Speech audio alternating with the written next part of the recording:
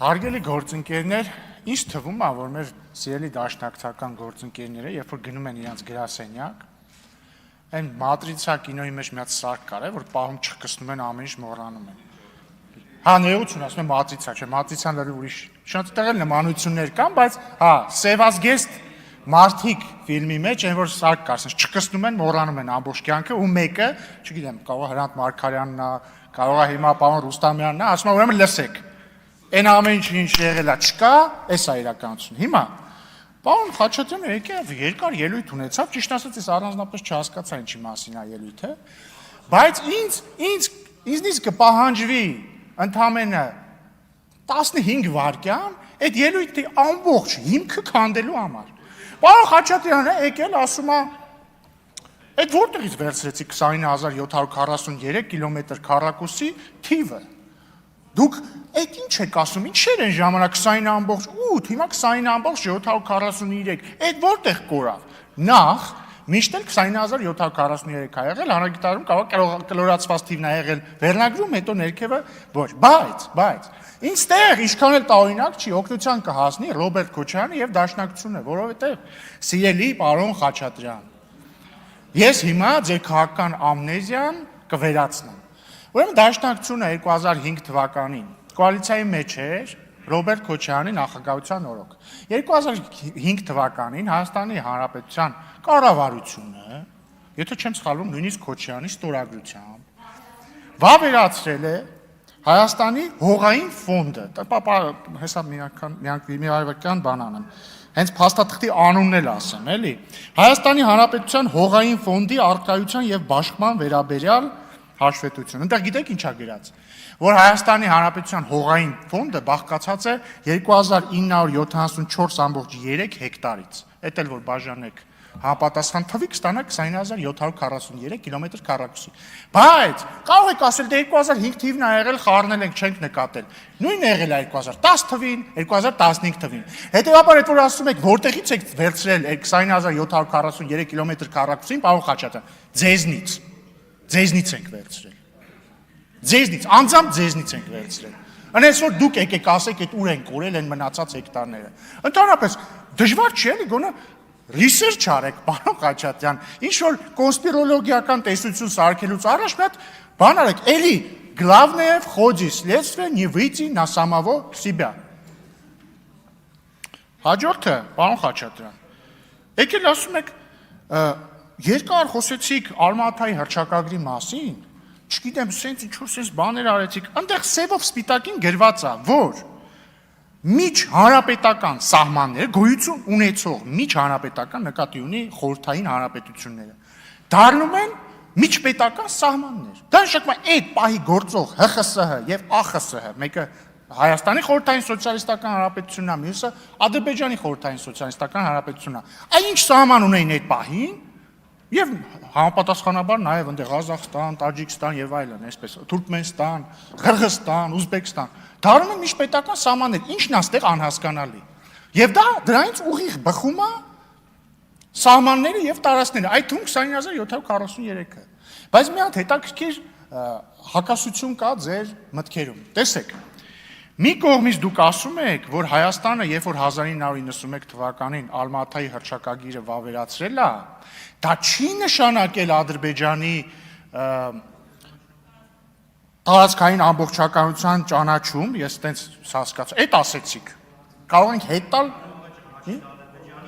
Հա, դա չի նշանակում Ղարաբաղ, ճիշտ է, կներեք։ Ասեցիք մի կողմից, ասեցիք, քանի որ 1991 թվականին Ալմաթայի հռչակագրի վավերացմամբ Հայաստանը չի նշանակել դա, որ Ղարաբաղը ճանաչում է Ադրբեջանի կազմում, բայց մյուս կողմից դուք հղում անելով 2022 թվականի Պրահայի հայտարարությանը, որը ընդունվել է վարչապետ Փաշինյանի, նախագահ Ալիևի եւ նախագահ Մակրոնի եւ Շարլ Միշելի անունից։ Այնտեղ ինչա գրած, կողմերը վերահաստատում են միմյանց տարածքային ամբողջականության ճանաչումը համաձայն Ալմաթայի հռչակագրի։ Այդա դուք համարում եք փոփոխություն քաղաքականության, ինչի հետևանքով ռուսական խաղաղապահ ուժերը իրենց ֆունկցիան չկատարեցիք։ Հիմա կողմնորոշվեք Ալմաթայի հռչակագրով միմյանց տարածքային ամբողջականության ճանաչումը նշանակում է նախկին խորհրդային հանրապետությունների սահմանների ճանաչում, թե չի նշանակում, որովհետև եթե չի նշանակում, նշանակում դուք կեղծ մեղադրանք եք ձեր տեսանկյունից առաջադրում Փաշինյանին, բայց իրականում իհարկե նշանակում է, բայց դուք էլի կեղծ մեղադրանք եք առաջադրում Փաշինյանին։ Եվ հարգելի գործընկերներ, ավարտելով նաև անդրադառնալով բանին, էլի, ԲՀԿ ձայներին։ Ես կարծում եմ, որ նորից պետքա սկսենք սկզբից, էլի։ Բարգավաճ Հայաստանը չի ստացել ձայներ ձեր ասած տեղամասերում, հասկանում եք, այդ ձայները չկան ի բնե, որովհետև այդ ձայները հավարվել են անվավեր, դու չես կարող անվավեր եղած ձայնը, ասես ինքը ձայնա իրանից վերցրեցին։ Նույն ձև ոնց որ պարոն Ալեքսյանը շատ լավ օրինակ բերեց այն օրը։ Ֆուտբոլիստը գոլ է խփում, պարզում է, որ դա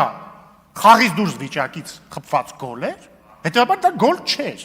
Հետևաբար հնարավոր չի ասել, դե եթե այդ գոլը հնարավոր է ասել, որ եթե այդ գոլը անվավեր չճանաչվեր, որովհետև խաղից դուրս վիճակում էր, ապա գոլը կհաշվեր, այո, բայց ճանաչվել է, չէ։ Եվ ընդ որում կենտրոնական ընտրական հանձնաժողովը տվել է հիմնավորումը, թե ինչի է ինքը կարծում, որ այդ տեղամասերի արդյունքները, ավելի շուտ չեղարկումը չի ազդել ընտրությունների արդյունքների վրա։ Ինչի։ Որովհետև, օրինակ, եթե այդ չեղարկված ձայները գումարվեին,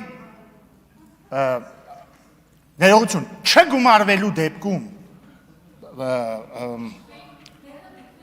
ներողություն, եթե այդ ձայները, ինչա տեղի ունեցել, հիմա այդ ձայները գումարվել են անվավերներին և հետևաբար անճշտություններին, ներողություն, անճշտություններին, և կարող է հնչել փաստակ, դե գիտեք ինչ կա, հետևաբար վավեր ձայները քչացել են, հետևաբար մեր անցնելու հավանականությունը փոքրացել է, բայց հակառակ դեպքում, եթե ուղղակի այդ անվավեր ձայները ուղղակի զրոյացվեին, չգումարվեին անճշտություններին, միևնույն է, արդյունքը լինելու էր նույնը, և հետևաբար արդյունքի վրա չի ազդել, բայց ամենակարևորը, Ժորժ ջան, իսկ կարող եք գաք ստեղ ասեք այդ ինչ զապիսների։ Ժորժ ջան, քյաբաբից ստեղ շատ խոսվեց, էլի։ Այդ ինչ քյաբաբ էր, այդ ձեր ներկայացուցիչները ենթադրաբար, որ իրար հետ խոսում էին։